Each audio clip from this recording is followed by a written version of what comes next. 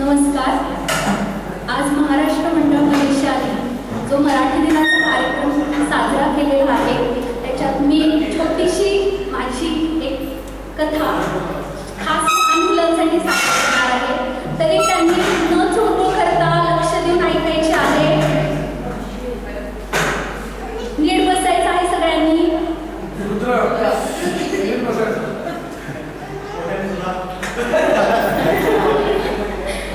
मग तुम्हाला शिवाजी महाराज कोण आहे माहितीये का?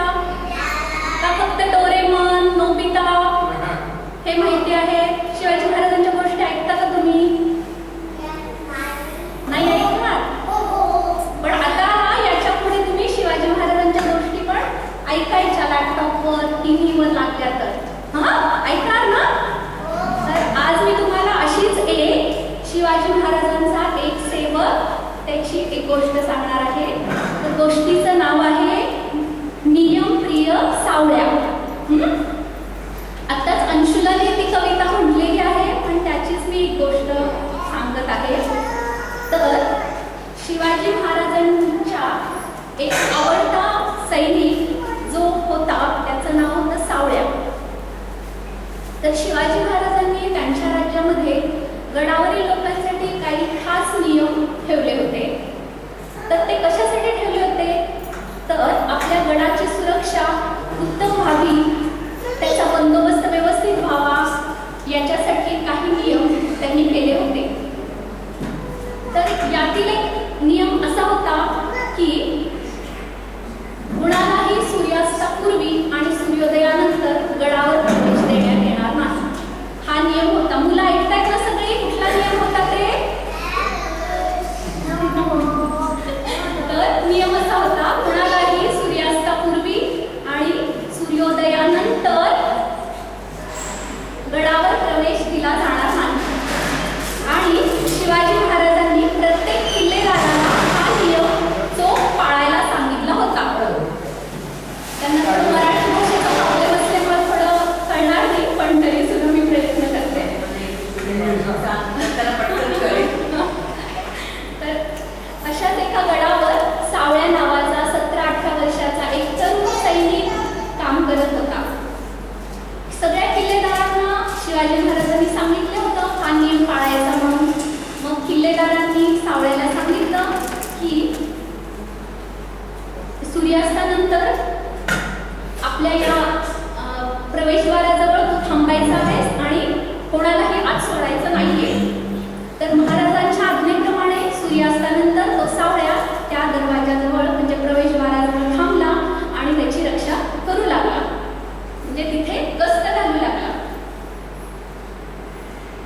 मग हे जेव्हा ऐकलं की याच्या किल्लेदाराकडून सावळ्याने, तेव्हा त्याला खूप आनंद झाला की आपण याची रक्षा करायची, आपण कोणालाही आत येऊ द्यायचं नाहीये.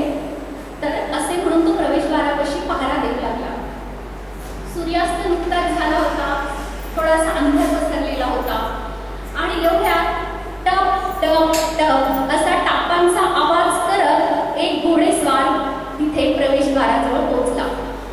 तर तो कोण होता हे आपल्याला आता बघायचं आहे. आणि त्या घोड्यावरून एक सरदार प्रवेशद्वाराजवळ येऊन उभा राहिला. तो उभा राहिला तेव्हा त्या सावळ्याचं लक्ष गेलं. तो म्हणाला की कोण असेल बरं, या सूर्यास्तानंतर इथे कोण असेल, आपण बघूया. मग सावळ्याने काय केलं, त्याला अडवलं. तो म्हणाला की नाही, आत आम्ही तुम्हाला प्रवेश देणार नाही. पण तो म्हणाला, घोडेस्वार म्हणजे तो एक सरदार होता, तो म्हणाला की नाही, तू असं सांग की मी सूर्योदयापूर्वीच आलेलो आहे, सूर्यास्ताच्या आधीच आलेलो आहे इथे, असं आपण दोघं ठरवूया आणि खोटं बोलूया. पण तो ऐकायला तयार नाही. तो काय म्हणतो, माझा नियम, माझ्या महाराजांनी जो नियम काढून दिलेला आहे तो मी बदलणार नाही आणि मी नियमाप्रमाणेच वागणार आणि सूर्यास्तानंतर आत कोणालाही प्रवेश दिला जाणार नाही, हे माझं नक्की आहे. तुम्ही काहीही केलं तर मी माझं म्हणणं बदलणार नाही. बराच वेळ त्या सरदाराने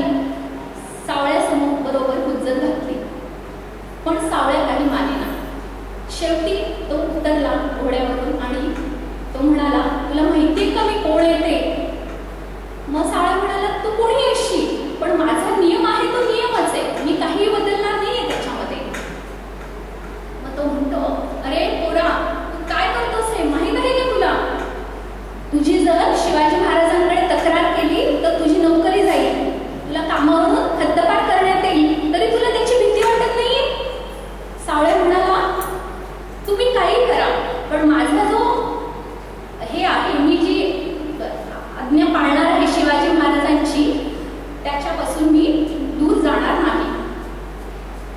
मग तो म्हणतो की आपण आता तलवार म्हणजे युद्ध करूया, आपण कोण जिंकेल ते ठरवूया चिडून. आणि तो म्हणतो की चल आता मी तुझी कशी खांडोळी करतो, म्हणजे तुला कसं मारून टाकतो ते बघ तू आता. तो म्हणतो महाराज तुम्हाला माझ्याशी लढायचे असेल तर मी पण तयार आहे, पण मी तुम्हाला आत सोडणार नाही. म्हणून दोघेही आपल्या तलवारी काढून तयार होतात. तेवढ्यात ते सरदार म्हणाले, अरे सावळ्या, त्याची ती तयारी बघून, सावळ्याची तयारी बघून, तलवार काढली ती बघून ते सरदार म्हणतात, अरे मी कोण आहे, तू मला ओळखलं नाहीस का? मी दुसरा तिसरा कोणीही नसून मी कोण आहे, मी शिवाजी महाराजच आहे, शिवाजी आहे मी, तू ओळखलं नाहीस मला. हे ऐकल्यावर सावळा थोडा चपापला, गडबडला, त्याला कळेना की काय करावं. शिवाजी महाराज प्रत्यक्ष आले आहेत, आपण यांना परवानगी द्यायची का गडावर जायला? पण त्यांनी परत विचार केला. तो मनात म्हणाला की नाही, प्रत्यक्ष महाराज जरी समोर आले तरी आपण त्यांना आत परमिशन द्यायची नाही, परवानगी द्यायची नाही. कारण आपला महाराजांनी जो नियम दिला आहे, सूर्यास्तापूर्वी आणि सूर्योदयापूर्वी आणि सूर्यास्तानंतर कोणालाही आत गडावर जाता येणार नाही. आणि हे ऐकल्यानंतर शिवाजी महाराज त्यांना मनातून खूप आनंद झाला. ते गालातल्या गालात हसले आणि त्यांना असं वाटलं की खरंच बाबा हा सावळ्या म्हणजे खरंच एक चांगला सेवक आहे आपल्या गडावरचा. म्हणून मग ते शिवाजी महाराज परत घोड्यावर बसले आणि परत त्या गावामध्ये जाऊन त्यांनी रात्र तिथे घालवली. नंतर दुसऱ्या दिवशी सूर्योदय झाला, महाराज गडावर आले आणि परत त्यांची सभा भरली, राज्यसभेत आले आणि ते म्हणाले की कोण आहे रे तिकडे, कालच्या त्या शिपायाला बोलवा, त्या सावळ्याला बोलवा. मग ही बातमी पसरली होती सगळीकडे राज्यामध्ये की सावळ्यांनी शिवाजी महाराजांना सुद्धा अडवलेलं होतं. शिवाजी महाराजांना त्यांनी म्हटलं होतं की तुम्ही आज जायचं नाही, की एवढा कोण धाडसी आहे हा माणूस, तर त्याला दरबारात बोलवा. मग तिथल्या सेवकांनी सावळ्याला दरबारात हजर केले आणि तो हजर झाल्यानंतर शिवाजी महाराज त्याला म्हणाले, अरे तुझ्यामध्ये एवढी ताकद आहे, तुझ्यामध्ये एवढं हे आहे, तर तुला काय शिक्षा देऊ, तू मला अडवलंयस आत गडावर यायला. तर सावळ्या म्हणतो, महाराज तुम्हीच आम्हाला सांगितलं होतं, नियम घालून दिले होते, म्हणून मी त्याचे फक्त पालन केले. यावर तुमची मर्जी, तुम्हाला जर काही शिक्षा द्यायची असेल तर मी ती आनंदाने भोगायला तयार आहे. मग एवढं म्हणून मग शिवाजी महाराज त्याला शिक्षा देतील का मुलांना?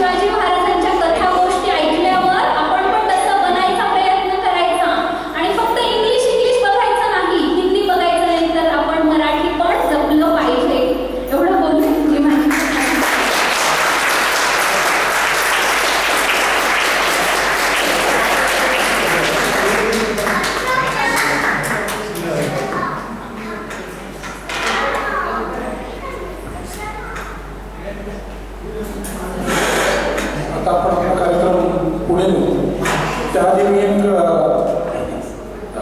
सांगू इच्छितो की कोणाला ऐत्या वेळी जर काही कविता किंवा कथा सादर करायची असेल तर त्या सगळ्यांचं स्वागत आहे. त्यांनी नावं माझ्याकडे किंवा इथे कोणाकडे अभयाकडे द्या आणि त्याप्रमाणे आपण त्यांना इथे बोलूया. आता मी आपल्यासमोर एक कविता सादर करतो.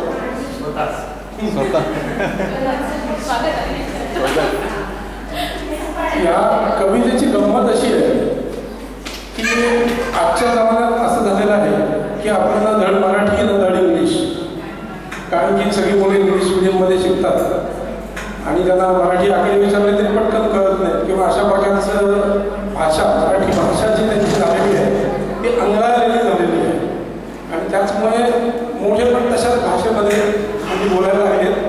तर त्यावरनं ही एक छोटीशी कविता आहे. तर ऐका.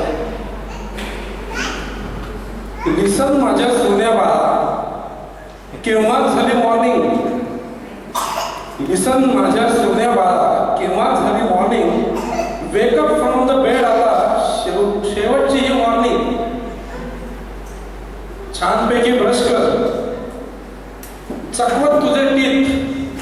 छानपैकी ब्रश कर, चकवत तुझे टीथ. स्मॉल थिंग समजू नकोस, त्यातच तुझा आहे टीथ. हॉट हॉट मिल्क केलंय घालून बोनविटा. हॉट हॉट मिल्क केलंय घालून बोनविटा. या ड्रिंकने सहज पोडशील, हाताने तू विटा. वन ग्लास ट्वाइस घेता, वन ग्लास ट्वाइस घेतात. विटॅमिन्स मिळतील मेनी. थोड्या दिवसात तूही होशील महेंद्रसिंग धोनी. मॅथ्सवाल्या टीचरला द्या विचार सगळ्या क्वेरी. मॅथ्सवाल्या टीचरला द्या विचार सगळ्या क्वेरी. पाठ कर लंच ब्रेकला मराठी लँग्वेज स्टोरी.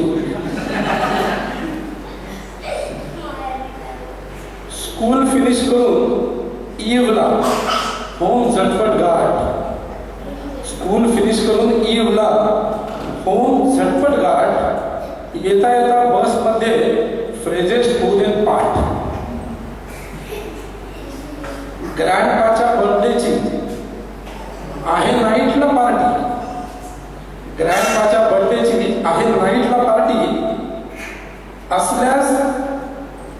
असल्या एन्व्हायरमेंटमध्ये ग्रो होतात कार्टी.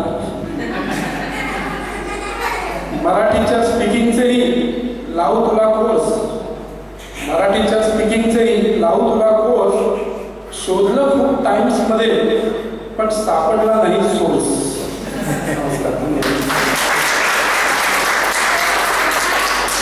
अजून एक छोटीशी कविता आहे. ही लहान मुलांसाठीची झाली आता ही थोड्या खास करून स्त्री वर्गासाठी आहे.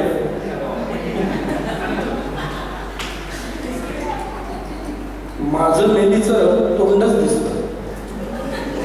माझं मेलीचं तोंडच दिसतं. ह्यांची करणी कळत नाही.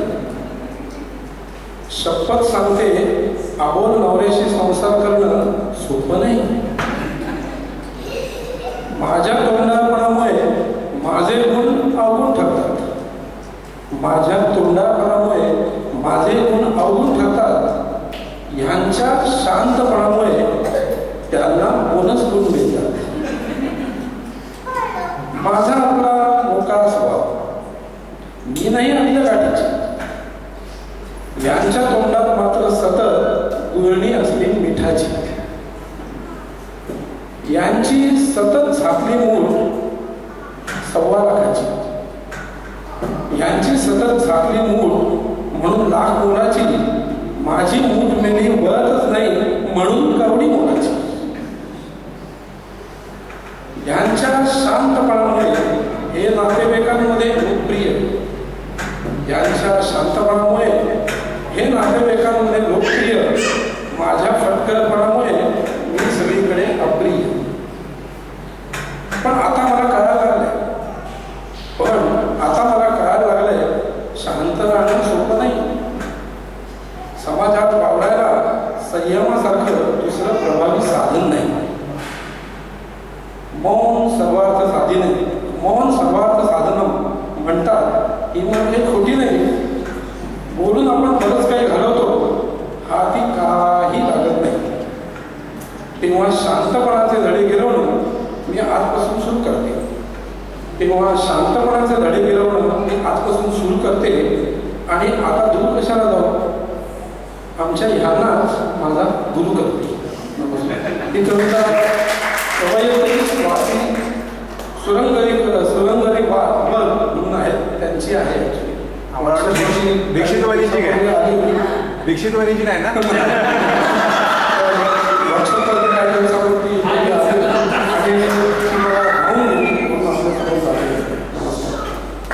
छान. आता पुढचं नाव आहे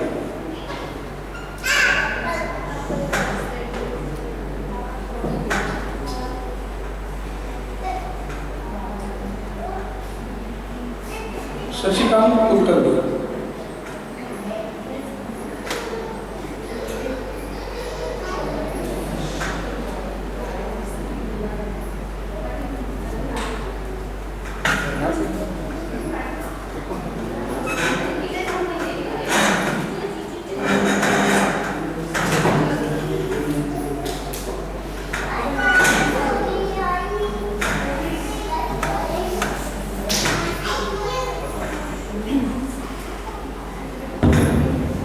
नमस्कार, माझं नाव शशिकांत कुलकर्णी.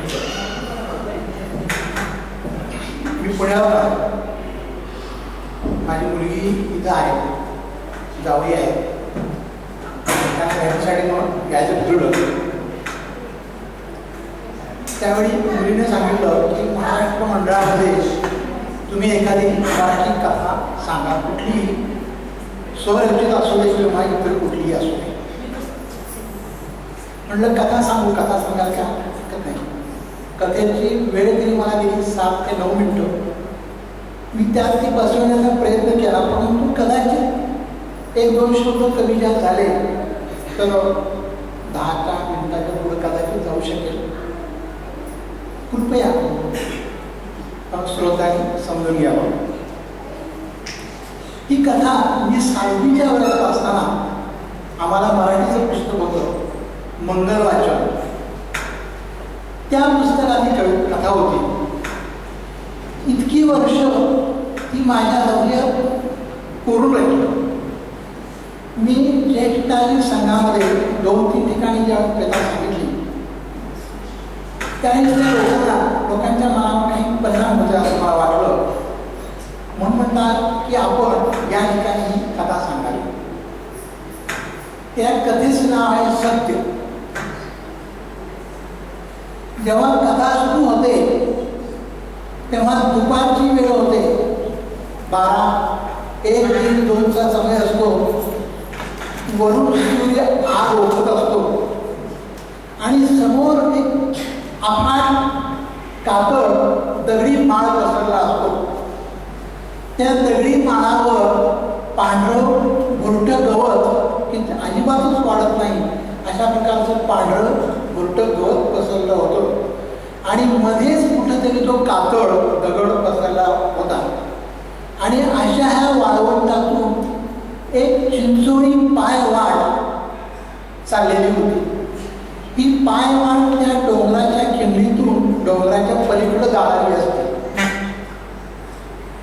एक माणूस समित पांथस्थ त्या वाटेवरून भराभरा चाललेला होता. उन्हानं त्याचं डोकं होरपळलं होतं आणि पाय तळाच्या तापलेल्या वाळूनी होरपळलं. तो भराभरा चाललेला होता कारण सूर्यास्त होण्यापूर्वी त्याला तो डोंगर पार करून पलीकडे जायचं होतं. त्याला असं वाटलं काय हा प्रदेश आहे, कुठेही सावली नाही, शीट पाखरू नाही, एखादं झाड नाही, झुडूप नाही, काहीच नाही, कसला हा प्रदेश आहे.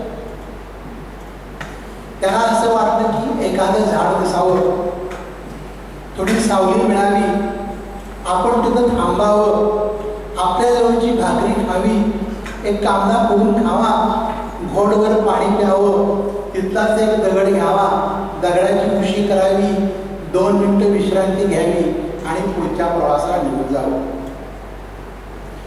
असा त्याच्या मनात विचार येतोय तोपर्यंत त्याला एक मोठा वटवृक्ष दिसला आणि त्याच्या मनाला धक्का बसला. काय आश्चर्याची गोष्ट आहे,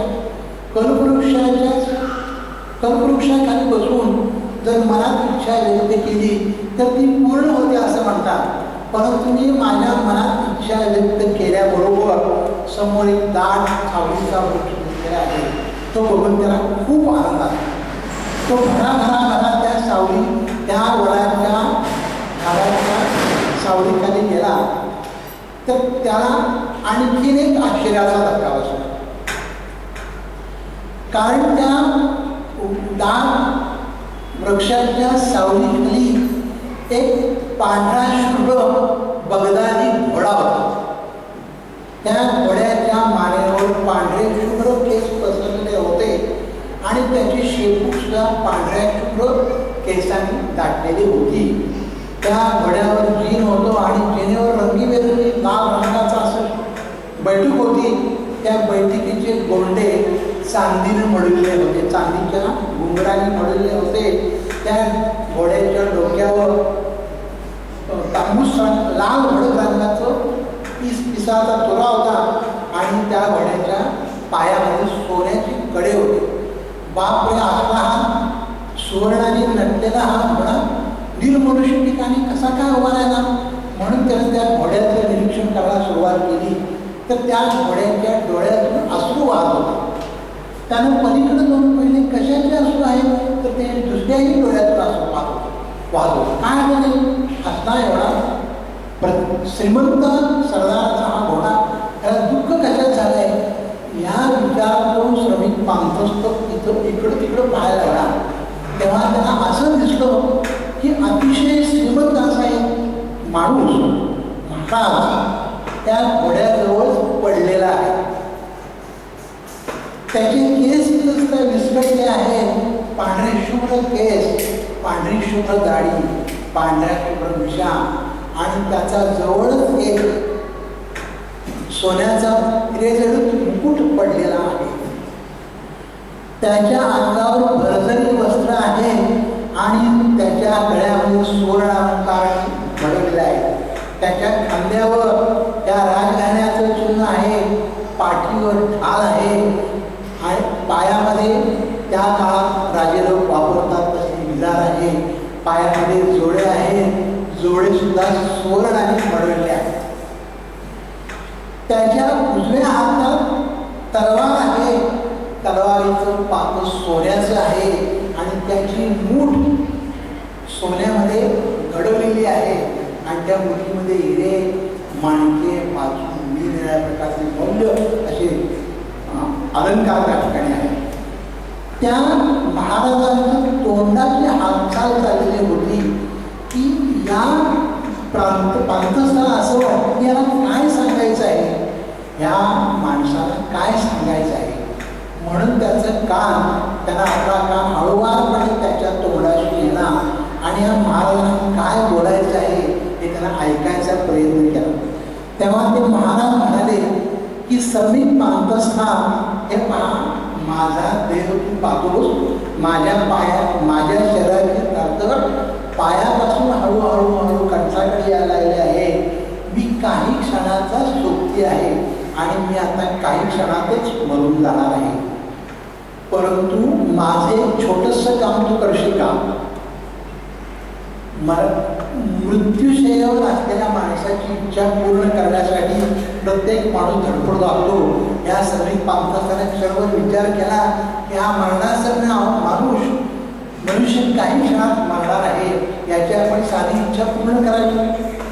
त्याचं ध्यान, भूक, झोप सगळं विसरून गेलं आणि त्याला आपला कान त्या महाराजांच्या कानाशी नेला, तोंडाशी नेला आणि तो म्हणाला, महाराज सांगा, तुमची जी इच्छा असेल ती मी पूर्ण करायला तयार आहे. महाराजांनी सांगितले, हे बघ, ही जी तलवार तुला दिसते ही तलवार उचल आणि समोर जो डोंगर दिसतो त्या डोंगराच्या खिंडीतून पलीकडे गेल्यावर डाव्या हाताने एक मोठं सरोवर आहे. त्या सरोवर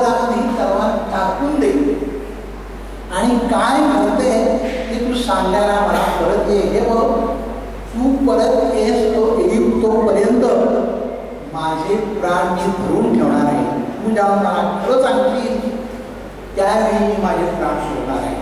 माझे प्राण कंठास आलेले आहेत, परंतु तू केलेल्या कृतीची मी वाट थांबणार आहे. पांथस्थान क्षणभर विचार केला. ती सोन्याची तलवार त्याच्या मुठीतून काढून घेतली हळुवारपणे, कारण ती मूठ इतकी घट्ट धरलेली होती की त्यातून ती तलवार सुद्धा अशक्य. परंतु पांथस्थानची तलवार घेतली, भरा भरा भरा भरा चालत तो त्या डोंगराच्या पलीकडे गेला. डाव्या बाजूला पाहिलं तर बरोबर एक मोठं सरोवर त्या ठिकाणी होतं. त्यानं ती तलवार उचलली, वर धरली आणि ती तलवार त्या सरोवरात टाकणार एवढ्या सूर्याचे किरण थोडेसे कलते झालेले होते. सूर्याची किरण त्या तलवारीच्या पात्यावर तळपत होते. त्याचे त्याचे किरण इकडचा बसले होते. त्याच्या मुठीवरचे हिरे आणि माणसांचे रंग त्याच्या चेहऱ्यावर इकडे तिकडे पसरले होते. ती वर घेतलेली तलवार हळुवारपणे त्या खाली आली. काय तो माणूस काही क्षणात मरून जाईल, मी परत जात होतो मरून जाईल, कदाचित मरूनही गेला असेल, काय तिची इच्छा पूर्ण करायची आहे, तो आता मरूनही जाईल. त्याला ती तलवार उचलली, त्या काठच्या एका झुडपामध्ये दडवून ठेवली आणि तो परत आल्यापासून परत त्या महाराजांच्याकडे जाऊन पोहोचला. महाराजांनी आधी विचारलं, काय झालं, तलवार टाकली का? हो म्हटला, मी तलवार टाकली, तळ्याच्या मध्यभागी घेतली आणि काय झालं, मोठा डुबकन आवाज झाला. 10 मिनिटे वर्तुळ आली, हळूहळू वर्तुळ समुद्रात तळ्याच्या काठाची पोचली. लाटांचा आवळावळा आवाज झाला, तळ्याच्या काठचा लवाळा हालायला लागला. एका बेडकानं उडी मारली, हळूहळू थोडं महाराजांनी सांगितलं, हे बघ पांथस्थान, तुझ्या मनात स्वार्थ मोह निर्माण झालेला आहे. त्या तलवारीच्या मोहापाठी तू असत्य बोलत आहे. तू परत जा, तलवार टाक, काय घडते ते मला सांगायला. तुझ्या मनात त्या तलवारीचा मोह अजिबात येऊ नये. तो मोह तुला सत्यापासून दूर करतो. तलवार टाक, काय घडते ते मला सांगायला. माझे प्राण खरोखर कंठाशी येऊन पोहोचले आहे. पांथस्थाने विचार केला, हे काय प्रकरण खरं नाही, खरोखर नाही. त्यानं परत उठला, भरा भरा भरा भरा त्याला तयार डोंगराच्या पलीकडे गेला. त्यानं ते सरोवर पाहिलं, तलवार झुडपाची तलवार घेतली, वर उचलली. मावळतीची सूर्याचे किरण तलवारीच्या पात्यावर एकता पसरले होते. हिरे माणकांचे जे किरण आहेत तिच्या चेहऱ्यावर पडले होते. त्याने तलवार उचलली आणि तलवारीकडे लक्ष गेलं आणि त्याचा मोह दुरावला. त्याने तलवार परत खाली घेतली. त्याची तलवार पाण्यात टाकायची काय इच्छा होईना. त्याने परत तलवार झुडपात दडवून ठेवली आणि परत महाराजांच्याकडे परत केला. महाराजांनी आदित्यने विचारलं, काय झालं? त्यानं सांगितलं, तलवार तळ्याच्या मध्यभागी टाकली, डुबुकताना आवाज झाला, तलवार तळाशी गेली, छोटी मोठी वर्तुळं उरली, लहान मोठ्या लाटा सरोवराच्या काठाची आल्या आणि काठाचा लवाळा हलत होता आणि एका बेडकानं उडी मारली, एक मटकावला, तळ शांत झाला. महाराज आता चिडले, त्याला राग आला, तुझ्या मनातला मोह काही जात नाही. त्या तलवारीचा आणि त्या सोन्याचा मोह तुला झालेला आहे. तू अजूनही सुद्धा असतो बोलतोस. तू परत जा, त्या डोंगराच्या पलीकडे जा, तळ्यात ती तलवार टाक. तळ्यात तलवार टाकल्याशिवाय परत येऊ नकोस. माझे प्राण कंठ सोडून बाहेर चाललेले आहेत. श्रमिक पांथस्थाने विचार केला, बरं नाही, कारण कान चिमटलं आणि भरा त्या डोंगराच्या पलीकडे गेला. डाव्या बाजूला त्याला पाहिलं, तळ्याच्या काठावर गेला, तलवार झुडपातून घेतली, तलवार वर उचलली, डोळे घट्ट मिटले. तलवारीकडे पाहायला नको, त्याची किरण चेहऱ्यावर पडायला नको, मला मोह निर्माण व्हायला नको, म्हणून त्यानं तलवार डोळे घट्ट मिटले. तलवार फेकून दिली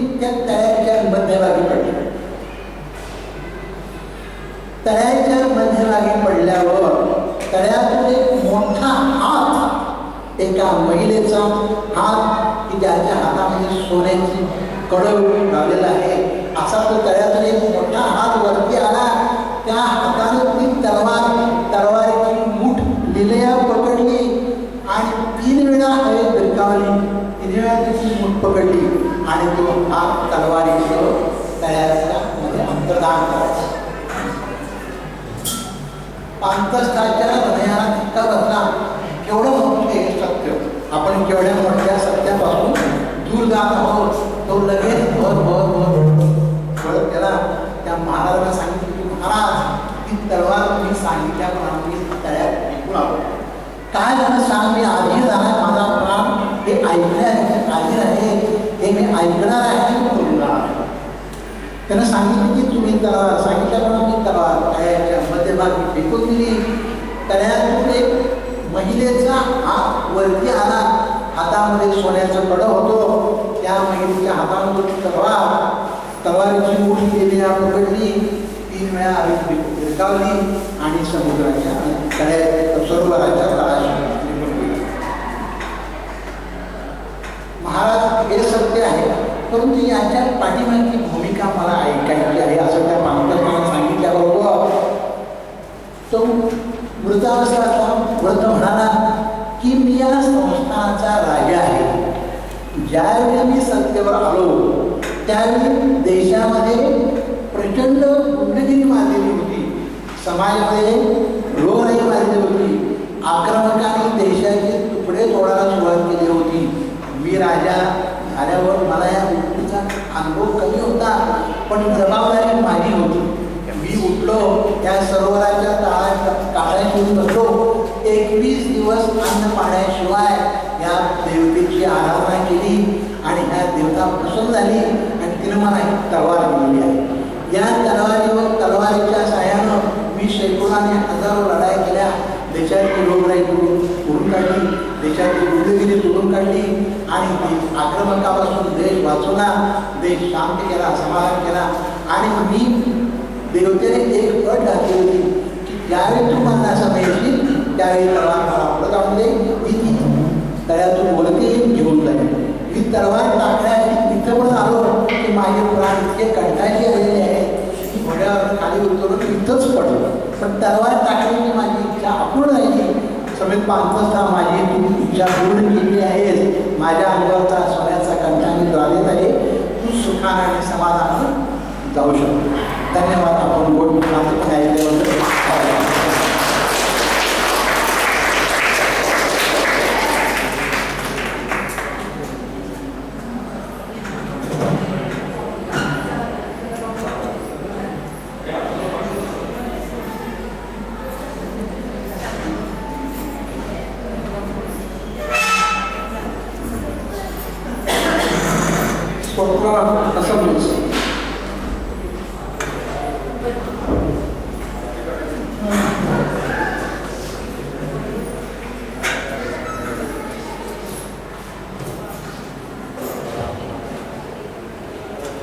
नमस्कार, मी डॉक्टर स्वप्ना असंदीस. महाराष्ट्र मंडळ मलेशिया आयोजित राजभाषा दिनानिमित्त हा जो कार्यक्रम आहे, माझ्या दृष्टीने तो फार स्तुत्य उपक्रम आहे. पण माझा कविता वाचनाचा पहिलाच अनुभव आहे. Please bear with me. हे एवढं इंग्लिशमध्ये बोलेल. तर मी आज आपल्यासमोर जी कविता सादर करणार आहे त्या कवितेचं नाव आहे सरीवर सरी आल्यावर. कवी आहेत बा भ बोरकर. तर कविता सादर करते जरा गाण्याच्या रूपात. सरीवर सरी आल्यावर, सरीवर सरी आल्यावर, सशैल गोपी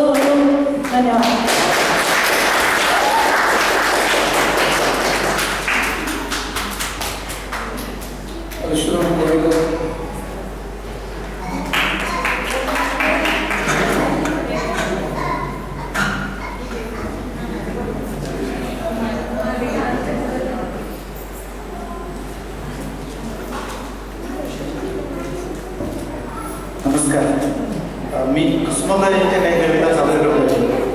तर 6 कविता आहेत, पण पूर्ण कविता घेतलेल्या नाही, थोडक्या घेतलेल्या आहेत, जेणेकरून विषय अवघड जाणार नाही. सुरुवातीला काही जुन्या कविता आहेत, तर मला थोडेसे अवघड शब्द आहेत. कुसुमाग्रज ज्यांच्या वाढदिवसानिमित्त हा कार्यक्रम आपण सादर करत आहे. तर कुसुमाग्रज उर्फ विष्णू वामन शिरवाडकर म्हणजेच मराठी साहित्यातील ध्रुवतारा, दीपस्तंभ. ते अग्रगण्य कवी होतेच, पण लेखक, नाटककार व समीक्षकही होते. आणि त्यांचा पहिला काव्यसंग्रह दीक्षितांनी सांगितल्याप्रमाणे जीवनलहरी 1941 साली प्रकाशित झाला. पण मराठी भावावर छाप टाकलेली त्यांच्या विशाखा या प्रसिद्ध काव्यसंग्रहाने आणि त्या काव्यसंग्रहामध्ये प्रसिद्ध झालेल्या कविता आजही रसिक प्रेक्षकांच्या लक्षात आहे. कुसुमाग्रजांचे साहित्य हे काव्यात्मकता, चिंतनशीलता, उत्कट अनुभूती देणारे आहे. त्यांच्या साहित्याने त्यांनी मानवाचे स्वातंत्र्य, प्रत्येकाचा वेगळेपणा त्याला महत्त्व दिला आणि ते त्यांच्या कवितेत आणि नाटकामध्ये प्रकाशाने जाणवले. आता आपण मी सादर करणार आहे 1939 साली त्यांनी लिहिलेली गरजा जय जयकार क्रांतीचा ही कविता. ही कविता म्हणजे मराठी साहित्यातील पहिले क्रांतिगीत. 1942 स्वातंत्र्य लढ्यात कित्येक तरुणांना या कवितेने झपाटून टाकले आणि शेकडो तरुणांनी स्वातंत्र्य संग्रामात उडी टाकली. ऐकूया या कवितेतील काही कडवी. गरजा जय जयकार क्रांतीचा, गरजा जय जयकार, गरजा जय जयकार क्रांतीचा, गरजा जय जयकार, आणि वज्रांचे छातीवरती घ्या झेलून प्रहार. खळखळू द्या या आदय शब्दाला हातापायात, पोलादाची कायतमा मरणाच्या दारात. सर्पानो उद्दाम आवळा कसुनिया पाश, सर्पानो उद्दाम आवळा कसुनिया पाश, तिचे मनगट परी उडातील अभंग आवेश. तडिता घाते कोसळेल का तारांचा संभार, तरीही तारांचा संभार. गरजा जय जयकार क्रांतीचा, गरजा जय जयकार. पदोपदी पसरून निखारे आपुल्याच हाती, पदोपदी पसरून निखारे आपुल्याच हाती. पवनिया बेहोश धावलो ध्येयपथावरती, कधी धावलो विश्रांतीस्तव पाहिले न मागे. बांधून शकलो प्रीतीचे वा कीर्तीचे धागे. एकच तारा समोर आणि पाय तळे अंगार, आणि पाय तळे अंगार. गरजा जय जयकार क्रांतीचा, गरजा जय जयकार. त्यातलं शेवटचं कडवं आहे. या स्वातंत्र्य संग्रामामुळे बऱ्याच स्वातंत्र्यवीरांना ब्रिटिशांनी तुरुंगामध्ये डांबून ठेवलं. प्रत्येक जणांना फाशी शिक्षा दिली. अशा या क्रांतिवीरांनी शेवटी काय म्हटलं पहा.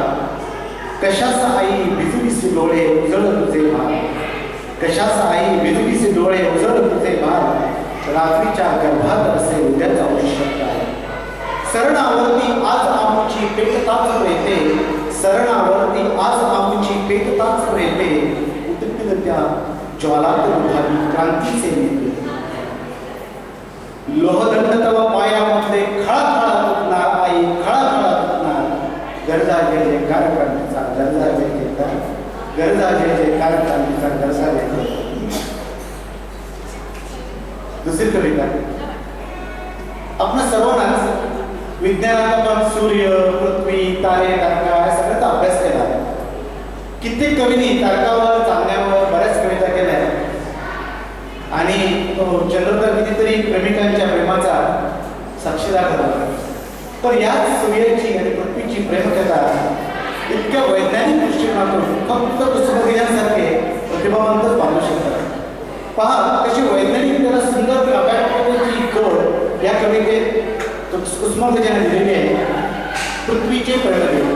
आता हे प्रेमगीत म्हणावं की विरहगीत तुम्हीच ठरवा. पृथ्वीचे प्रेमगीत. युगा मागुनी चालली युगे, युगा मागुनी चालली युगेही. करावी किती भास्करा वंचना, किती काळ कक्षेत धावू मी तुझ्या, कितीदा करू कधीच याचना. नवाळीतले ना उमाळे ओसासे, नवाळीतले ना उमाळे ओसासे. नदी आता आता अंगात उरे, विजोनी यौवनाच्या मशाली उरी राहिले काजळी दिमागात तारे नटोनी तटोनी दिमागात तारे नटोनी तटोनी शिरी टाकती दिव्य उल्का होते परंतु तुझ्या मूर्ती वाचून देवा मला वाटते विश्व अंधार एक महत्वाचा पर्व आहे कवी पृथ्वी म्हणते सूर्याला गमे की तुझ्या रुद्र रूपात जावे गमे की तुझ्या रुद्र रूपात जावे मिळवणी गळा घालून या गळा गमे की तुझ्या रुद्र रूपात जावे मिळवणी गळा घालून या गळा तुझ्या लाल ओठान तरी आग प्यावी मिठीने तुझ्या भाव्या काढा अमर्याद मित्रा तुझी थोर अमर्याद मित्रा तुझी थोर पियान मला ज्ञात मी एक धुलिकन अमर्याद मित्रा तुझी थोर पियान मला ज्ञात मी एक धुलिकन अलंकारण्याला परिपाय तुझे धुलीचेचा आहे मला भूषण धुलीचेचा आहे मला भूषण धुलीचेचा आहे मला भूषण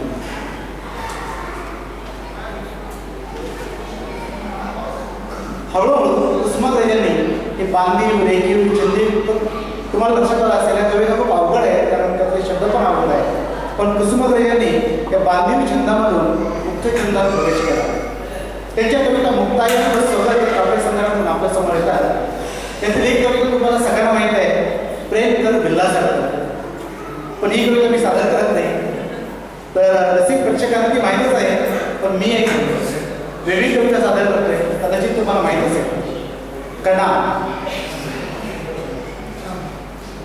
ओळखलं का सर मला ओळखलं का सर मला पावसात आला कोणी ओळखलं का सर मला पावसात आला कोणी कपडे होते कर्दमलेले केसावरती पाणी ओळखलं का सर मला पावसात आला कोणी कपडे होते कर्दमलेले केसावरती पाणी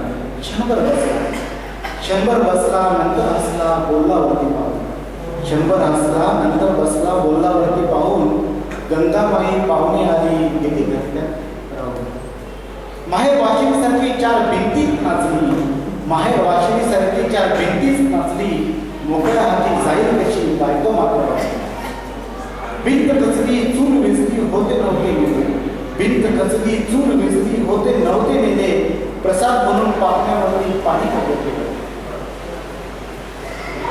खिशाकडे हात जातात हसत हसत उठला खिशाकडे हात जातात हसत हसत उठला पैसे नको सर जरा एकटे पण खिशाकडे हात जातात हसत हसत उठला पैसे नको सर जरा एकटेपणा वाटला कारभारीला घेऊन संगे सर आता लढतोय कारभारीला घेऊन संगे सर आता लढतोय पडकी भिंत बांधतोय चिकट गाव काढतोय मोडून पडला संसार मोडून पडला संसार मोडला नाही त्यांना मोडून पडला संसार मोडला नाही त्यांना पाठीवरती हात ठेवून तुम्ही फक्त लढ म्हणा तुम्ही फक्त लढ म्हणा तुम्ही फक्त लढ म्हणा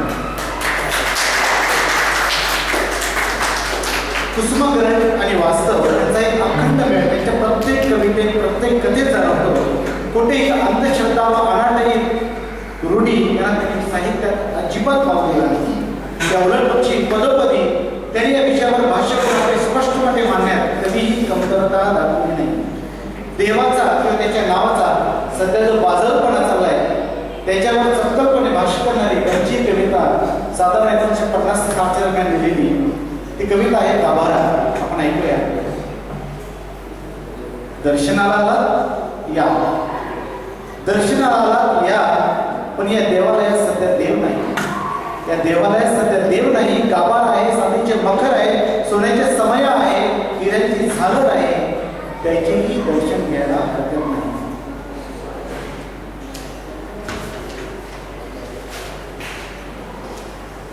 वाजवा ती घंटा वाजवा ती घंटा आणि इकडे या पाहिलं ना तो रिकामा गाभारा नाही तसं नाही एकदा होता तो तिथं एकदा होता तो तिथं काकड आरतीला उठायचा शेजारतीला झोपायचा दरवाजे बंद करून बरोबर 12ला जेवायचा 2 तास बाबूचीही घ्यायचा सारं काही ठीक चालू होतं रुपयाच्या राशी माणिक मोत्याचे गीत पडत होते पायाशी दक्षिण दरवाजाजवळ मोटारीचे भुंगे वाजत होते मंत्र गाजत होते रेशीम साड्या पेरीचे सुख समोर उडत होते बँकेतले विषय हरणीच्या गतीने बागडत होते सारे काही घडत होते हवे तसे. एके दिवशी आमचे दुर्दैव उत्तर दरवाजाजवळ आलेला कुणी एक भनंग महारोगी दार सभा उघडला. पण आमचे दुर्दैव उत्तर दरवाजाजवळ आलेला एक कोणी भनंग महारोगी दार सभा उघडला. बापाजी बाहेर या.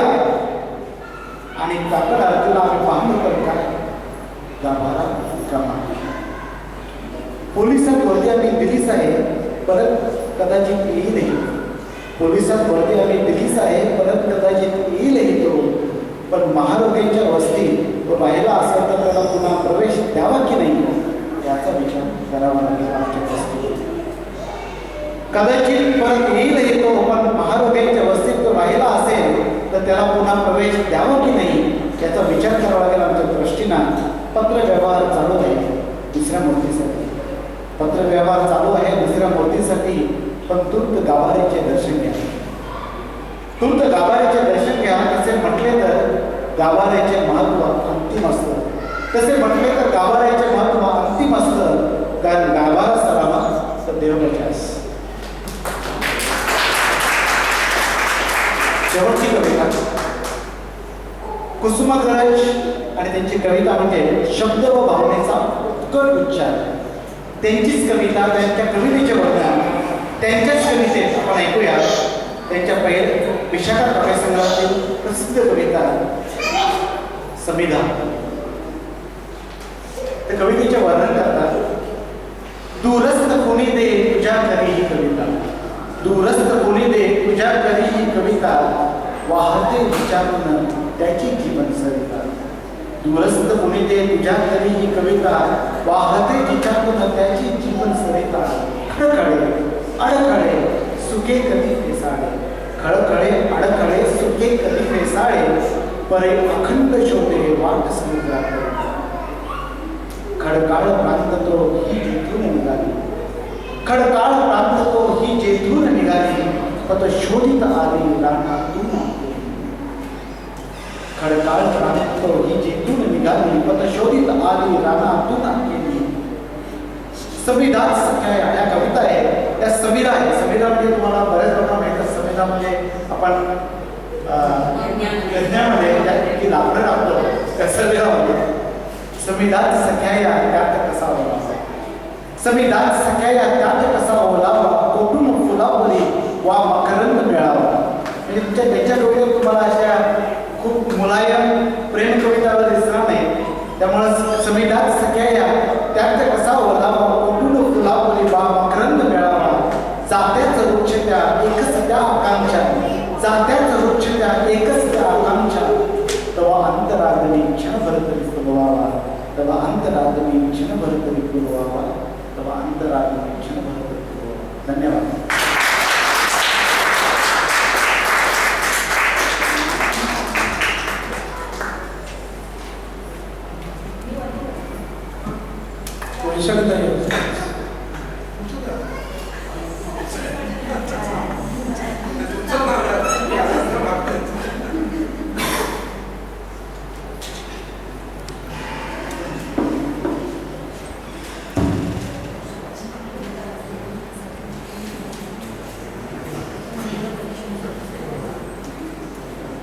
नमस्कार. कविता वाचणाऱ्या वसंत बापटांची मुद्दाम निवडलेली आहे. कारण रुईया महाविद्यालयात असताना 4 वर्ष मी त्यांची विद्यार्थिनी होती. आणि त्यामुळे काव्य वाचन हा जो प्रकार आहे त्याचा एक सहस्रांश अंश माझ्या खालाय का नंतर तुम्ही मला सांगला त्यांना. कारण त्यावेळेला विंदा करंदीकर, वसंत बापट आणि मंगेश पाडगावकर असे जी त्रयी होती त्याचे 7 काव्य वाचनाचे कार्यक्रम होतात. थोडीशी थोडंसं सांगते. आणि आमच्या कॉलेजमध्ये विंदा करंदीकर आणि मंगेश पाडगावकर, शंकर वैद्य, शांताबाई शेळके हे जसे आपल्याकडे काका मामा मावशा सारखे येऊन जाऊन असतात तसे येतात. आणि त्यांचे कार्यक्रम सारखे म्हणजे बापटांनी सांगायचं आणि करंदीकरांनी कवितेचं गायन करायचं असा सतत सारखा कार्यक्रम चालू आहे. आता आपण कविता वाचनाचा कार्यक्रम करतो त्यावरून मला एक प्रसंग आठवला, थोडा सांगते आणि माझी कविता म्हणते. एकदा विंदा करंदीकर आले होते आणि अचानकपणे नेहमी वर्गामध्ये असे काही येत असत. आपण म्हणाले, विंदा एका विषयावरती आज तुमचं व्याख्यान झालं. विंदा म्हणजे ठीक आहे. बोर्डवर विषय लिहिला, कविता कशी उपभोगावी. विषय लिहिल्यानंतर आम्ही कॉलेजचीच मुलं होतो बघतो, कारण तेव्हा त्या काळी उपभोगावी वगैरे म्हणजे असे शब्दप्रयोग जरा विचित्रच वाटायचे. आता काय आपण एन 10 वेळा लिहून जॉय लिहिलं की आपल्याला समजतं सगळं. एन्जॉय म्हटलं की आपल्या सगळ्या भावना येतात. पण विंदा करंदीकर त्यालाही तेवढेच नटखट असंच म्हणायला पाहिजे. उठले आणि म्हणाले, मुलांनो, कविता ज्याला जशी झेपते जमेल तशी ती त्याने उपभोगावी. आणि एक शब्द थांबले आणि म्हणाले, दारू सारखी. ज्याला झेपते तेवढीच त्याने घ्यावी, जमेल तेवढंच त्यांनी त्याचा उपभोग घ्यावा.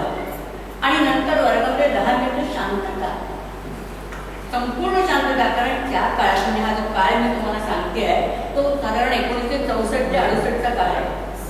म्हणजे जेव्हा 50 वर्ष होऊन गेले तेव्हा त्या काळी महाविद्यालयामध्ये लोक म्हणजे मुलं तर साधा पांढरा पायजमा आणि साधा शर्ट आणि मुली साड्या वगैरे नेसूनच कॉलेजात येतात.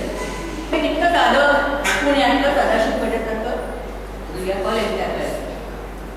त्यानंतर 10 मिनिटं शांतता आणि नंतर मग त्यांनी जे काही सुरू केलं ते म्हणजे अक्षरशः धबधबा होता. त्याच्यामध्ये आम्ही राहून निघालो की कविता कशी उपभोगायची, त्याच्या आधी त्यांनी कविता वाचायची कशी याचंही आम्हाला प्रात्यक्षिक तर सारखीच होत होती. त्या दिवशी वेगळ्याच प्रात्यक्षिक आम्हाला मिळालं. माझ्या त्या गुरूंना वंदन करून मी कविता वाचते. आजच्या मराठी दिनाला ती योग्य आहे असं मला वाटतं. कवितेचं नाव आहे, आपण ऐकलंही असेल, केवळ माझा सह्यगड. आपण म्हणतात, भव्य हिमालय तुमचा आमचा, केवळ माझा सह्यगड. गौरी शंकर उभ्या जगाचा, मनात पूजिन रायगड. तुमच्या आमच्या गंगा येऊन केवळ माझी विवरथडी. प्यार मला आहे कभिन्न कातळ, प्यार मला छाती निधडी. मधुगुंजन लख लाभ बोल रांगडा प्यार मला. ख्रिस्त बुद्ध विश्वाचे शास्त्र तुका याचा आधार मला. ठीक तुमचे स्वर्गही साथ इथली चुंबिन मी माती. या मातीचे कडलोहाचे तृणपात्यांना अटकळा. कृष्णेच्या पाण्यातून अजूनही वाहत असे लाभास गळा.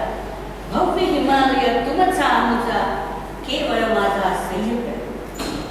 कबीर माझा, तुलसी माझा, ज्ञानेश्वरी माझा. जयदेवाचा जय बोला, परी माझा नाम्याचा नाच. जनी जनार्दन बघणारा तो एका हृदयी एकवटे. जनाबाईच्या ओवीमध्ये माझी मदला गुण.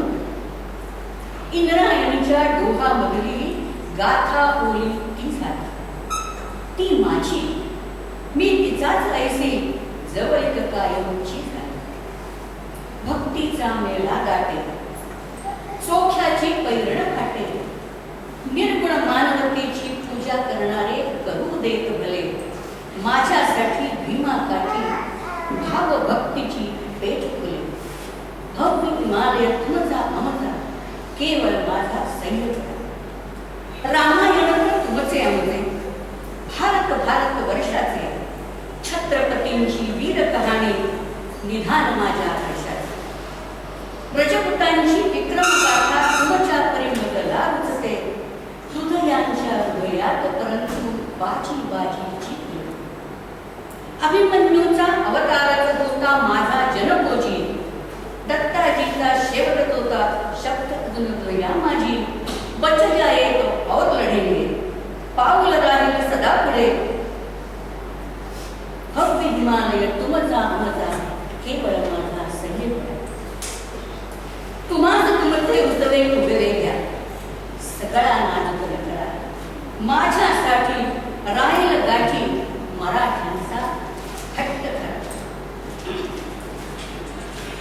तुमचे माझे ठार कराणे दोघेही ऐकू गजरा होनाजीची सोन लावणी वेळ लावते हरिमगर नूतन मोठा सुमधुर बोले मंजुळ वेळा अनमुरली थाप फडावर कडकडता परी माझी बारी थुरथुरली कडाडणारा बोल फडालो दरी दरी मुजून घुमला उघडून माझ्या लय कवाडा तोच पवाडा दुमडून तटातटा तुटती बंद भिवईवर चाडते धुंद औत हातात देहात अचानक वादळ घुसमटून जाते उचंबळे भयात पुन्हा ते इतिहासाशी जुळना कळे मला काळाचे पाऊल द्रुत वेगाने उडत पडे कळे मला क्षितिजाचे वर्तुळ क्षणोक्षणी अधिक चौकडे काही दिशांचे तट कोसळले ध्रुव दोन्ही जवळी आले मीही माझे बसवून अवघ्या विश्वात एकवळी विषाददारे माझ्या घरची तुषारही रावली मज गरीबाची कांबळ वाकळ सकळांसाठी उंथळे मात्र भागड्या भयात तेवत आहे ती ज्योती ती विझवाया पहार कुणी मुक्त करून झंझावात कोटी कोटी छात्यांचा येथे पोट उभारू निमिषात भव्य हिमालय तुमचा अमुका केवळ माझा संयम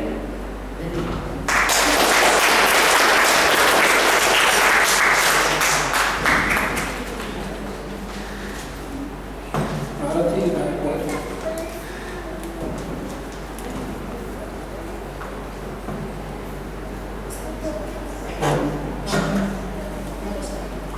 माझं नाव आरती गायकवाड. एक स्वरचित एका आईचं भाषण ऐकवते तुम्हाला. जर काही सत्यघटनेशी जर काही संबंध सापडला तर तो निव्वळ युगायला समजावा.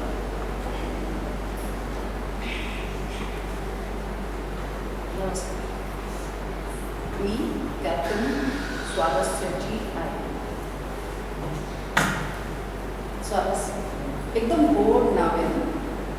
विशाल आणि मी खूप प्रेमाने याचा इंग्लिशमध्ये अर्थ सांगते. इंटरेस्ट. स्वारस्य म्हणजे इंटरेस्ट. इंग्लिशमध्ये सांगायचं कारण हेच की इंग्लिश ही जरा सरावाची भाषा झाली आहे. पण आमच्या दोघांचं म्हणणं असं होतं की स्वारस्य हा यशाचा गाभा आहे. कुठच्याही गोष्टीमध्ये जर काही तुमचं स्वारस्य असेल तर यश निश्चित. अगदी हौसेने नाव होतं आणि माझ्या लेखाने ते साध्य केलं. स्वारस्य जास्त रमायचा तो आपल्या आजोबांबरोबर. आजोबा होते राष्ट्रीय स्वयंसेवकाचे सदस्य, ओळख शास्त्रीचे, पण ठाम मताचे, तेवढेच हसऱ्या व्यक्तिमत्वाचे. त्यांच्याबरोबर राहून त्यांनी पण बरेच धडे घेतले. मला असं वाटतं देशप्रेमाचं बीज त्याच्या मनात इथूनच रोवलं गेलं. आजकालच्या जीवनशैलीमध्ये उशिरा झोपा, उशिरा उठा हे टाळण्यासाठी मी आणि विशाली पण नकळतपणे या गोष्टीला खतपाणी घातलं. अरे देवा, पण त्याचं काय होईल पुढे कळलं नाही आणि तो दिवस उजाडला. स्वारस्य आला आणि म्हणाला, आई मला आज्ञा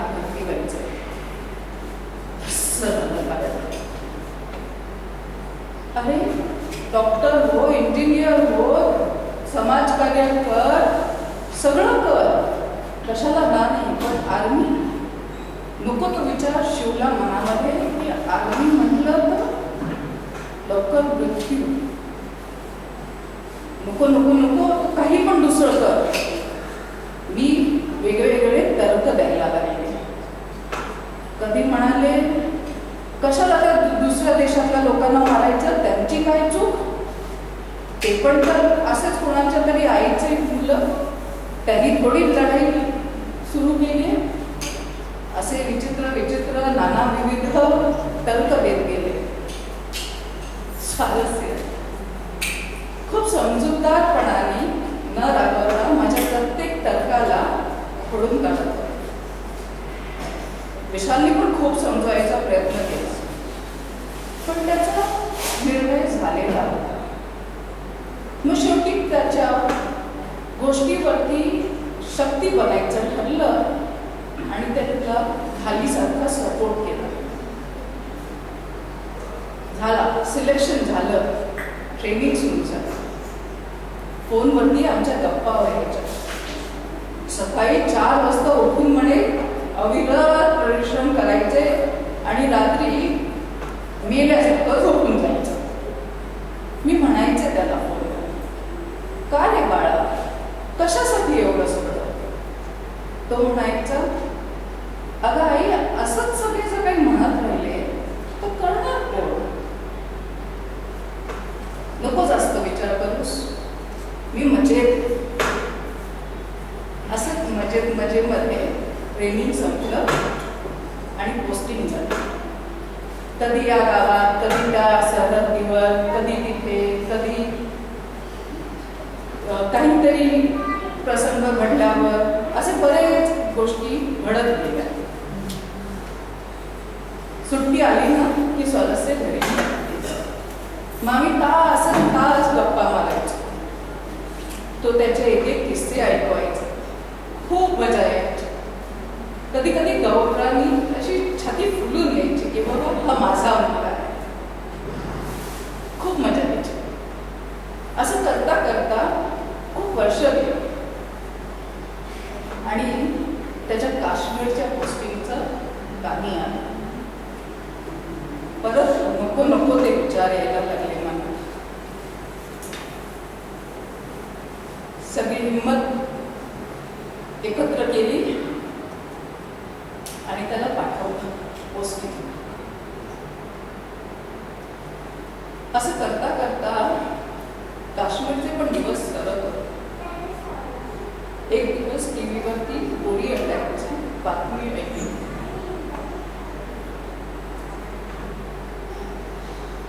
ज्यांची भीती वाटली असा एक दुःखद बातमी घेऊन एक फोन आला. नको ते घडलं होतं आणि म्हणता म्हणता माझं लेकरू तिरंग्यातलं पेटून घरी आलं.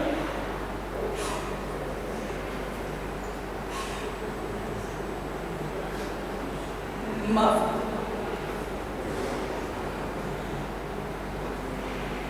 माझ्या लेकरांनी या देशासाठी, या भूमीसाठी आपले प्राण वेचले होते.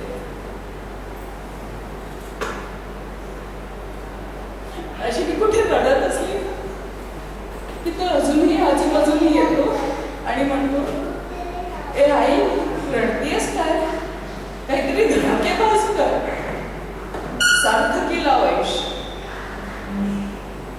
याच त्याच्या उद्देशावर विचार केल्यावर एक उपक्रम हातात घेतला. स्वारस्याच्या आयुष्यातले काही किस्से पुस्तक रूपी बाजारात आणण्याचा प्रयत्न करते. काही हसरे, काही रडके, काही स्मृतिदायक,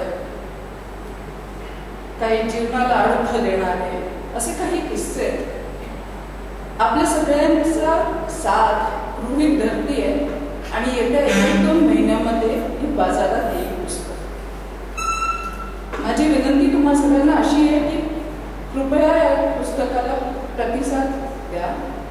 येणारे सगळे पैसे सोल्जर्सच्या वेलफेअर फंडाला जातील आणि अशा झालेल्या शहीद सैनिकांच्या शिक्षणाची सोय होईल. या उपक्रमाच्या मागचा उद्देश हाच. माझ्या मुलांनी शिकवलेलं मला एक गोष्ट,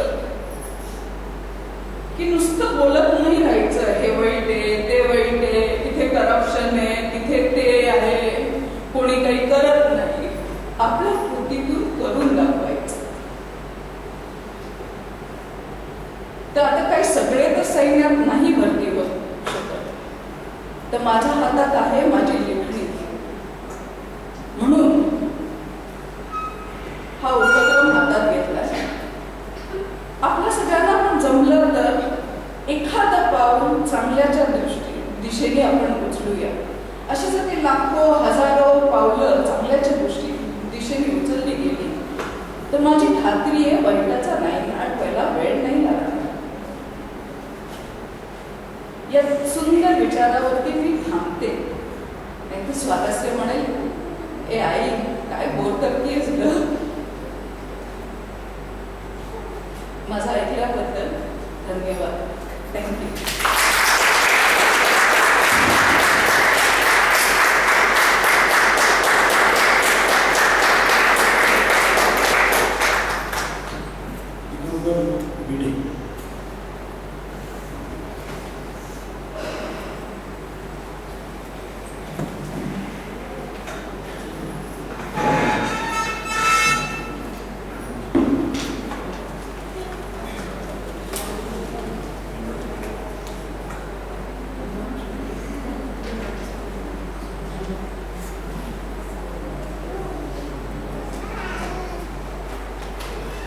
नमस्कार.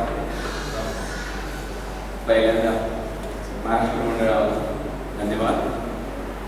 आणि इथं सगळ्या वयाची लोक आहेत, त्यामुळे सगळ्यांना काही मी कवर करू शकणार नाही. तुम्ही समजून घ्या अशी आशा आहे. ऑल्सो या लोकांनी मला लास्ट मिनिटला एंट्री द्यायला परवानगी दिली आहे, याबद्दल त्यांना आणि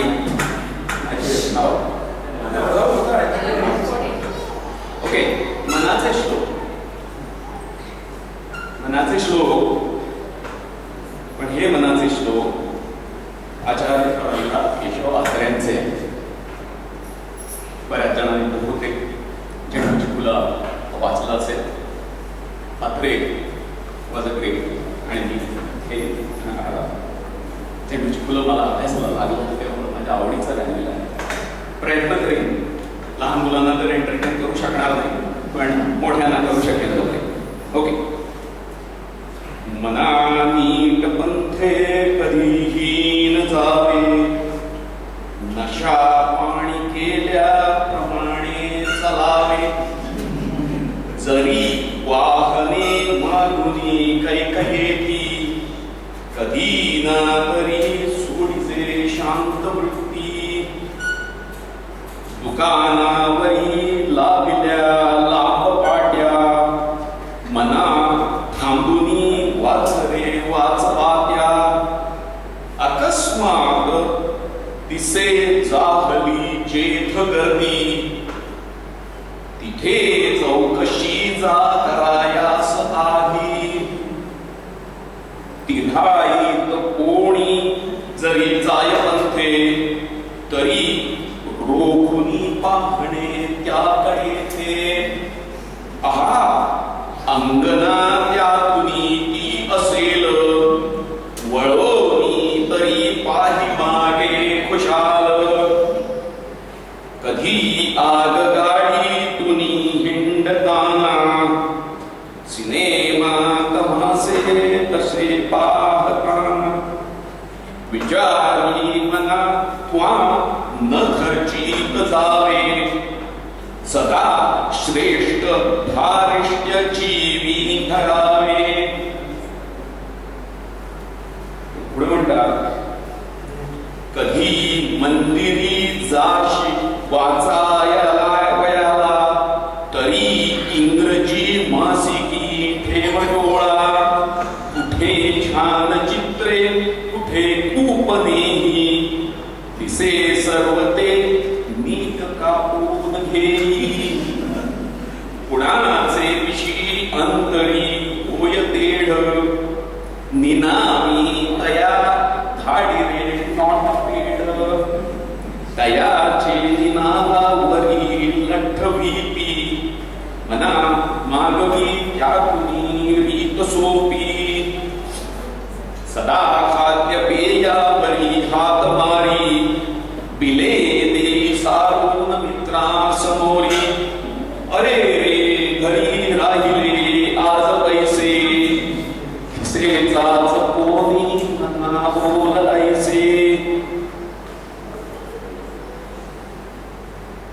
सॉरी मेसेज आला आणि माझं कधी आहे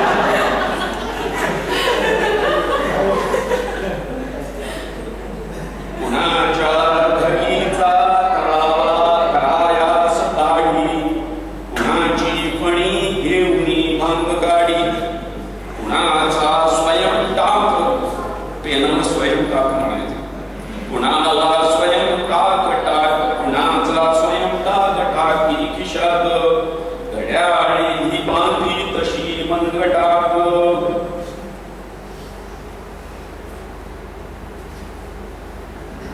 कुणाच्या पिढ्या नित्य ओढीत चालल्या तशा आग पिढ्या ही दंबे कराव्या चहा तसे घेतला पैकुणाचा अरे मन घेई सुगावा कयाचा इथे पायकाळी इथे वाद्यपेटी इथे पुस्तके वा तिथे खात काठी अशी सारखी ठीक मगीत चाले सुखाचे काही जगी बाळगावे कुणाचे असे मागले काही देणे कदापि कबरती कधी त्यातली ज्ञान देणे कधी भेटला तो कधी त्या सोनी म्हणावे असे सर्व नीट त्यानी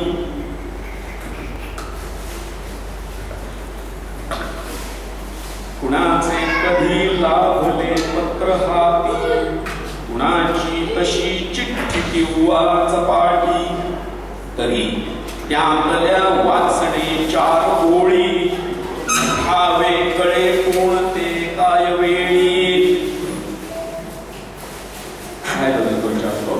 जिथे चालल्या खाजगी गारगोटी उभे आणि भेंडे जिथे चार मोठी मना कान दे तोंड वासुनी तेथे पहा लागतो काय संबंध कोठे कडी लागली दिसे आत जेथे मना सद्गृहस्था परे जाय तेथे जरी पाहसी आत का आत ना काक अक्षे कशाला तरी त्या फटी अंतवाक्षे आणि मला वाटतं शेवटचे दोन नसे ज्याविषयी ठाऊके आपणाते विशेषतः सध्या मंडळावर चाललेले सगळे पॉलिटिक्स आणि ह्या विषयावरचे जे चालत आहेत मेसेजेस त्याच्यावर मला हे त्यावेळी देखील आपल्याला सुचलं होतं जसे नसे ज्याविषयी ठाऊके आपणाते मना बोलणे ताबुनी त्यावरी ते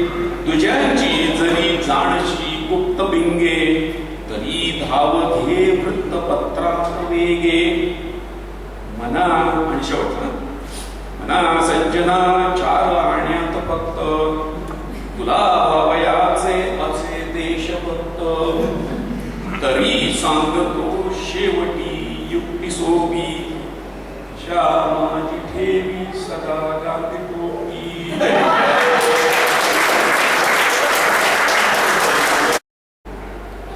पाया पडते सुनबाई बंद कर तुझी चाल पहिलं तुझं व्हॉट्सअप माझ्या चुलीमध्ये जा रोज घालतीस कपडं नवं सासू जरा अशिक्षित आहे रॉ मराठी लँग्वेज आहे रोज घालतीस कापडं नवं आणि काढतीस फोटो रोज घालतीस कापडं नवं नवं काढतीस फोटो रडून रडून उपाशी झोपून जातो छोटू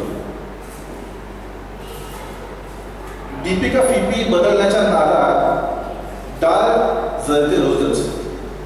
दीपिका फिफीज बदलण्याच्या नादामध्ये डाळ जळते रोजच. पहिलं तुझं व्हॉट्सअप चुलीमध्ये जा. सकाळी सकाळी उठून देवाजवळ बसावं, शांत चित्तानं पाया पडून काम करत असावं. अगं भीक मागण्याची लक्षणं नको करूस घाल. पहिला तो व्हॉट्सअप चुलीमध्ये जा. या दोन तारी मला आवडलेलं आहे. डोळ्यात लागलेला चष्मा अंगठा होईल बाळ. डोळ्यात लागलेला चष्मा अंगठा होईल बाळ. खरंच सांगते सोनबाई चांगला नाही होईल. खरंच सांगते सोनबाई चांगला नाही होणार. मान्य आहे मला आधुनिक आहे का, तरी मी सांगते पहिलं तुझं व्हॉट्सअप सुरूमध्ये जा.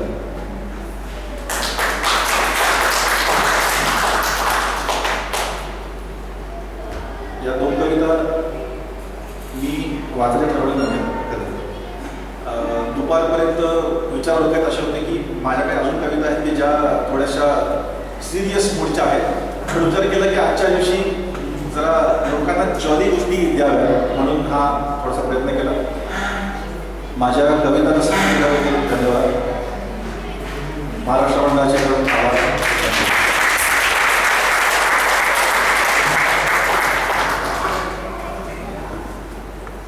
बिनाका सावंत.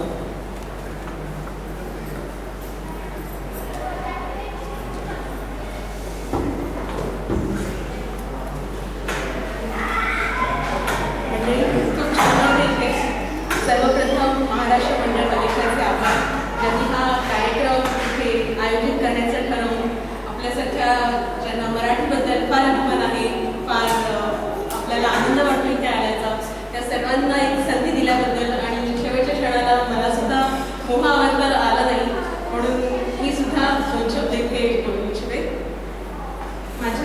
मी एक कविता सादर करते. माझ्या कवितेचं नाव आहे कविता. शब्दाला शब्द जोडले की झाली कविता. शब्दाला शब्द जोडले की झाली कविता. वाक्याला वाक्य भिडले की झाली कविता. मनाशी मन जुळलं की झाली कविता. मनाशी मन जुळलं की झाली कविता. आकाशी रंग उधळले की झाली कविता. मनातल्या भावना व्यक्त केल्या की झाली कविता. मनातल्या भावना व्यक्त केल्या की झाली कविता. शेवटी काय, शेवटी काय, कवी मनाला जागे केले की झाली कविता. थोडासा मोह झाला म्हणून मी सुद्धा इथे आज दोन शब्द बोलायला आले. आज आपण इथे मराठीबद्दल आणि मराठी साहित्याबद्दल बोलत असताना आपण नेहमी म्हणतो मराठी माणूस, मराठी माणूस, मराठी माणूस जगाच्या पाठीवर सगळीकडे आहे. मराठी माणसाला काय येतं, मराठी माणूस कुठे नाही आहे, तर मराठी माणूस. आणि हा मराठीपणाचा असलेला बाणा आपण आपल्या हृदयात जपतो आहोत. इथे येऊन तो आनंद साजरा करतो आहोत. खूप छान वाटतंय. अजून दोन शब्द बोलायची इच्छा आहे. थोडंसं ऐकायला माझ्याबरोबर तरी सुद्धा आनंद घ्या. आणि पुढचं एक अरविंद रानडे म्हणून यांचा एक लेख आहे, तो वाचून दाखवते. मराठी माणसाला काय येतं, मराठी माणसाला काय येतं. मराठी माणसाला स्वराज्य उभं करता येतं. मराठी माणसाला भारतीय राज्यघटना लिहिता येते. मराठी माणसाला भारतीय चित्रपट सृष्टीची मुहूर्त भेट रोवता येते. मराठी माणसाला काय येतं, मराठी माणसाला काय येतं. मराठी माणसाला पार्श्वगायनात साम्राज्ञी बनता येतं. मराठी माणसाला संपूर्ण भारतात पहिली मुलींची शाळा काढता येते. मराठी माणसाला पहिली महिला शिक्षिका बनता येते. मराठी माणसाला काय येतं, मराठी माणसाला पहिला इंडियन आयडल बनता येतं. मराठी माणसाला पहिला करोडपती बनता येतं. मराठी माणसाला पहिली नजबलीची विनर बनता येते. मराठी माणसाला महासंगणक बनवता येतो. मराठी माणसाला पहिली महिला डॉक्टर बनता येते. मराठी माणसाला काय येतं, मी म्हणेन मराठी माणसाला काय नाही, मराठी माणसाला सगळं येतं. लाभले आम्हास भाग बोलतो आम्ही. मराठी, जय मराठी, जय महाराष्ट्र.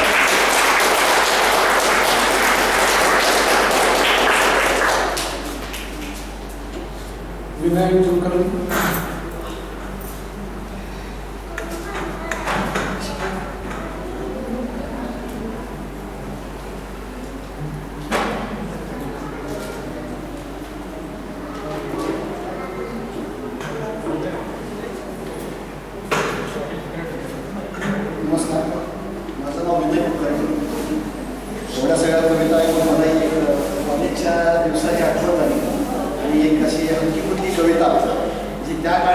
मी नाही लिहिली, कुणीतरी लिहिलेली आहे, पण ती खूप आवडली म्हणून जरा वाचून दाखवतो तुम्हाला. काय झालंय कळत नाही, काय झालंय कळत नाही, पण हल्ली काही सुचत नाही. पूर्वी बेफाम जगायचो, पूर्वी बेफाम जगायचो, हसत खेळत वागायचो. आपली कामे आपले धंदे आपल्याच नादात असायचो. कळतंय पण वळत नाही, काय झालंय कळत नाही. हल्ली तसा शांत असतो, हल्ली तसा शांत असतो, मध्येच कधीतरी उगाच हसतो. हल्ली तसा शांत असतो, मध्येच कधीतरी उगाच हसतो. मग तुझी चिंता तुझे विचार तुझ्याच गप्पा मारत बसतो. मग तुझी चिंता तुझे विचार तुझ्याच गप्पा मारत बसतो. तुझ्याशिवाय दुसऱ्या विषयात, तुझ्याशिवाय दुसऱ्या विषयात मन का ग रमत नाही, मन का ग रमत नाही. काय झालंय कळत नाही, काय झालंय कळत नाही. धन्यवाद.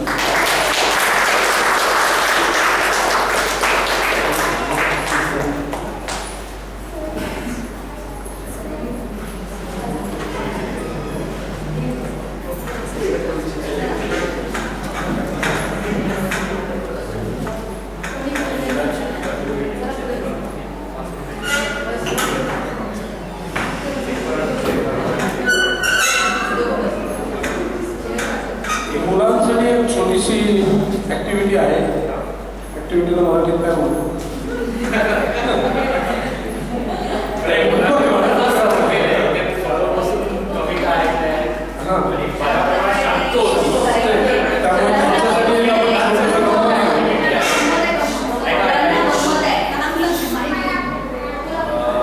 ॲक्टिव्हिटीमध्ये किती मुलं आहेत आपल्याकडे? नाही मुलं, तुम्ही मोठी मुलं. 7 जण आहेत. तुम्ही ग्रुप करा, 3, 4 आणि 3. कुठल्याही मोठ्या माणसाला त्यांना मदत करायची नाही आहे. आणि मराठी भाषेचा दिवस असल्यामुळे त्यांना 2 पेपर दिले जातील मोठे आणि पेन्स पण दिले जातील ग्रुपला 1. आणि तुम्ही 10 नंबर 10 महाराष्ट्रातल्या सिटीजची नावं 10 सिटीजची नावं लिहायची आहेत. 10 सिटीज ऑफ महाराष्ट्र. इंग्लिशमध्येच लिहायची आहे. मला मराठी जमत असेल तर 10 cities of Maharashtra. No parent should help them. They should write on their own. We are not looking into any spellings. We just want to ensure that they know 10 cities of Maharashtra. Right? तर तुम्ही group करायचा